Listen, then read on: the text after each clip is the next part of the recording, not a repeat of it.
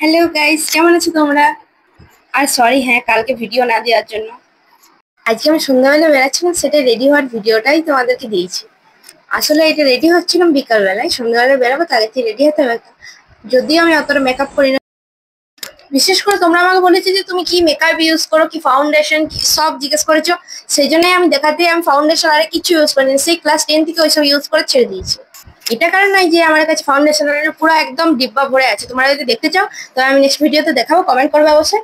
কিন্তু আমার মানে কেউ করে দিলে মেকআপ ওইটা আসলে ভালো লাগে, এমনিতে মেকআপ করতে আমার অতটা ভালো লাগে না। আর দেখো, লিপস্টিকটাও আমি লাগাচ্ছি যাতে একটু ঠোঁটের কালারটা লাল লাল হয়, ডিপভাবে লাগাইনি। আর হ্যাঁ, এই ড্রেসটা ছিল আমার মায়ের, কেমন লাগছে জানিও কিন্তু।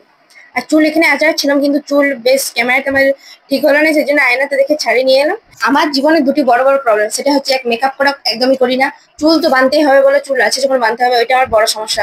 তোমরা যদি কোনো হেয়ার স্টাইল জানো আমাকে একটু কমেন্ট করে জানিও প্লিজ, আমার এটা বিশাল সমস্যা। তোমরা যদি ভাবো যে কোনো ফাংশনে বেশি বেশি মেকআপ করি, সেটাও না। যেগুলো লাগালাম শুধু ক্রিমটার উপরে একটু ফেস পাউডার লাগাই, আর কিছু না। ফেস পাউডার এমনি পাউডার যা মন যায় লাগিনি, আমার এইসব নিয়ে কোনো প্রবলেম হয় না। আর হ্যাঁ, আমার টিপ পড়তে না খুব ভালো লাগে, কার কার আমার মতো টিপ পড়তে ভালো লাগে জানি কিন্তু। আর হাতগুলো ফাঁকা লাগছিল, ওই জন্য ব্রেসলেট আর একটা রিং পরে নিলাম। আর প্রজাপতিটা উল্টে গেছিল, ওই জন্য আবার খুলে পরে পড়লাম। আর হ্যাঁ, কালকে ভিডিও দিনে আমি একটু বাইরে গেছিলাম, সেই জন্য এবার আমি রেডি বের বের করার জন্য। এটা ছিল আমার ফুল লুকটা।